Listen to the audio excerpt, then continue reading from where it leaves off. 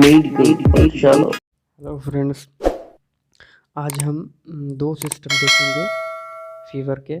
जो systemic history हम पढ़ रहे हैं उसी के सीक्वेंस में आज मस्कुलोस्केलेटल सिस्टम और दूसरा है कार्डियोवैस्कुलर सिस्टम। मस्कुलोस्केलेटल सिस्टम यानी कि मसल और स्केलेटल यानी बोन्स, इन दोनों में कहीं पर प्रॉब्लम है, कोई सिम्टम है इनमें दिख रहा है तो फीवर साथ में, तो क्या कौन सी बीमारी हो सकती है। चलिए शुरू करते हैं। सबसे पहले जॉइंट इन्फेक्शन से। जॉइंट में इन्फेक्शन हो सकते हैं जिसकी वजह से फीवर हो सकता है। इसमें क्या हिस्ट्री हो सकती है? History of joint replacement. अगर किसी का जॉइंट रिप्लेस किया गया है, आपने सुना होगा कि कई लोगों का हिप रिप्लेस किया जाता है, नी रिप्लेस किया जाता है। तो ऐसा रिप्लेसमेंट होने के बाद कभी कभी इन्फेक्शंस डेवलप हो जाते हैं जिसमें फीवर आ जाता है। या फिर कोई जॉइंट प्रोसीजर हुआ है, जैसे कि आर्थ्रोस्कोपी क्या होता है कि एक सर्जन जो है किसी कैमरे को उसके जॉइंट के अंदर डालता है, फिर वहाँ पे उसको एग्जामिन करता है और आगे का ट्रीटमेंट करता है। तो इस दौरान भी इन्फेक्शंस डेवलप हो सकते हैं, उससे फीवर आ सकता है। मोनोआर्थ्रेल्जिया मतलब कि किसी एक जॉइंट में पेन होना, और जॉइंट में पेन अगर हो रहा है, एक ही है, सिंगल जॉइंट में पेन हो रहा है, तो ये सेप्टिक अर्थराइटिस होने के चांसेस है। यानी कि किसी इन्फेक्शन की वजह से जॉइंट में इन्फ्लेमेशन हुआ वहाँ पर और फीवर आ गया। सेप्सिस की वजह से अर्थराइटिस हो गया। पॉलीआर्थ्रेल्जिया का मतलब है कई सारे जॉइंट्स में पेन होना। कई सारे जॉइंट में पेन होना ये किसी सिस्टमिक डिजीज़ की वजह से हो सकता है। जैसे कि वायरल इन्फेक्शन अगर हुआ है, वायरल इन्फेक्शन में ज़्यादातर बॉडी पेन होता है, तो जॉइंट पेन भी उसमें शामिल होता है। कोलेजन डिजीज़ में भी ऐसा हो सकता है। कोलेजन डिजीज़ का मतलब है ये जैसे कि SLE है, पॉलीआर्थराइटिस नोडोसा है, स्क्लेरोडर्मा है, या फिर रूमेटॉइड अर्थराइटिस है। ये सारी जो बीमारियां हैं इनमें भी जॉइंट पेन के साथ साथ फीवर हो सकता है। ठीक है।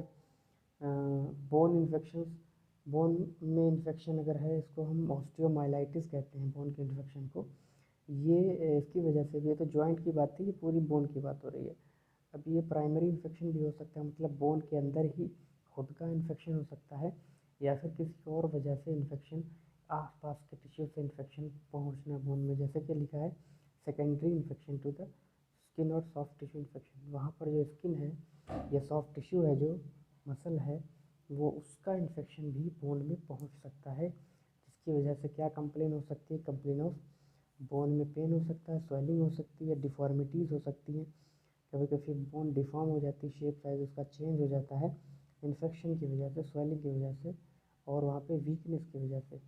पस ड्रेनिंग थ्रू स्किन ओवरलाइंग है बोन, और कभी कभी क्या हो सकता है, पस भी वहाँ से निकल सकता है।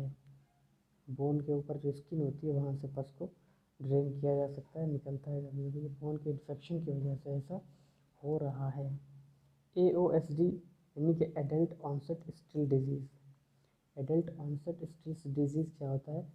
इसमें 3 सिम्टम जो हैं बड़े बड़े होते हैं, जो दिखाई देते हैं। तेज़ फीवर है, हाई फीवर, जॉइंट पेन, और मैक्युलो पैपुलर या मैक्युलर रैशेस, बॉडी पर रैशेस का होना, जॉइंट पेन का होना, और हाई फीवर होना।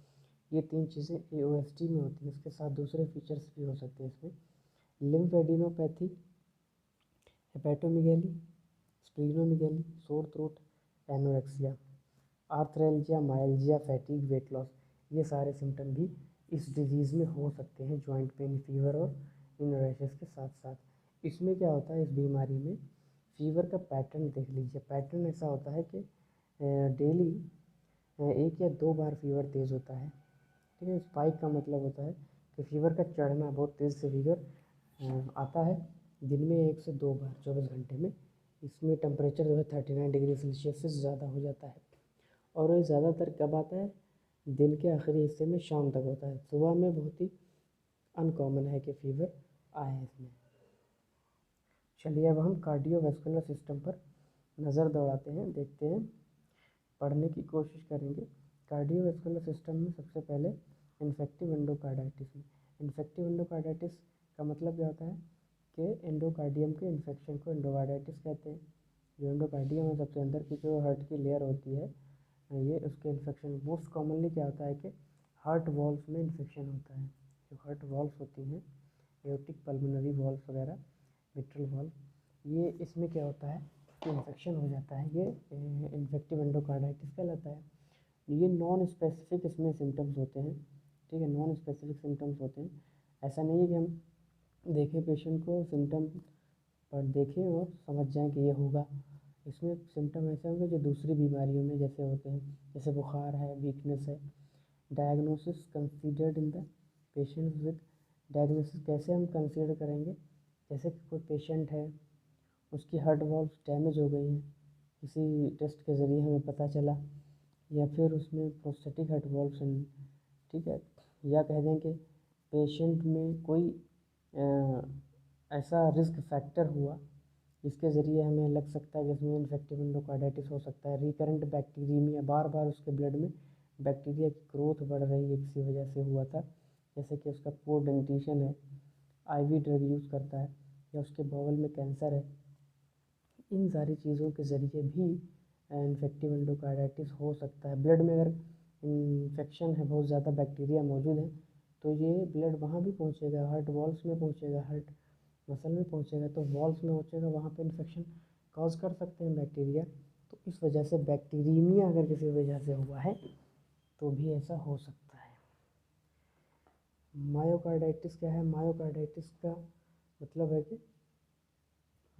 हार्ट मसल में इन्फ्लेमेशन होना किसी इन्फेक्शन की वजह से। यूजुअली ये वायरल इन्फेक्शन की वजह से होता है, यानी हार्ट मसल में इन्फ्लेमेशन जो हुआ है वो मोस्टली ये वायरल इन्फेक्शन की वजह से होता है। इसमें चेस्ट पेन हो सकता है, शॉर्टनेस ऑफ ब्रेथ, ठीक है, सांस का जो है बहुत तेज़ी तेज़ी चलना, और पाल्पिटेशंस यानी धड़कन का होना, दिल का घबराहट ऐसा होना, और ये तो महसूस होगा उसको, और उसको लगेगा कि बहुत तेज़ी से दिल धड़क रहा है, उसको आवाज़ जैसी कह सकते हैं कि पता चलेगा कि मेरा दिल धड़क रहा है, दिल बोलेगा कि थर्रा रहा है। तो इस तरह की कंडीशन मायोकार्डाइटिस में हो सकती है, जो कि वायरल इन्फेक्शन की वजह से होता है। मोस्ट कॉमनली बात हो रही है, बैक्टीरियल भी हो सकता है, ज़रूरी नहीं है हमेशा वायरल ही हो। वैस्कुलर इन्फेक्शन यानी कि ब्लड वेसल्स में इन्फेक्शन का होना, ब्लड वेसल्स ये भी उसी सिस्टम में आता है, इसीलिए इसको लिया गया है यहाँ पर। वैस्कुलर इन्फेक्शन, ब्लड वेसल में इन्फेक्शन होगा तब भी फीवर आएगा। ये सारी जो कंडीशन इसमें फीवर के साथ ये होता है। ये प्राइमरी हो सकता है, मतलब उसी ब्लड वेसल के अंदर ही इन्फेक्शन है, ठीक है, और या फिर ये secondary to damage caused by catheters, या किसी कैथेटर के ज़रिए डैमेज हो गया है वेसल में, या फिर कैनुला लगाते टाइम डैमेज हुआ है तब भी इन्फेक्शन हो सकता है, फीवर आ सकता है। ट्रामा हो गया, चोट लग गई है, तब भी वैस्कुलर इन्फेक्शन हो सकता है, या फिर सर्जरी के दौरान या सर्जरी की वजह से जो है वेसल्स में इन्फेक्शन हो सकता है, अगर एक्सीडेंटली उनमें कोई डैमेज हो गया है। ये हमारा आज की वीडियो में यही इतना ही था। Thank you.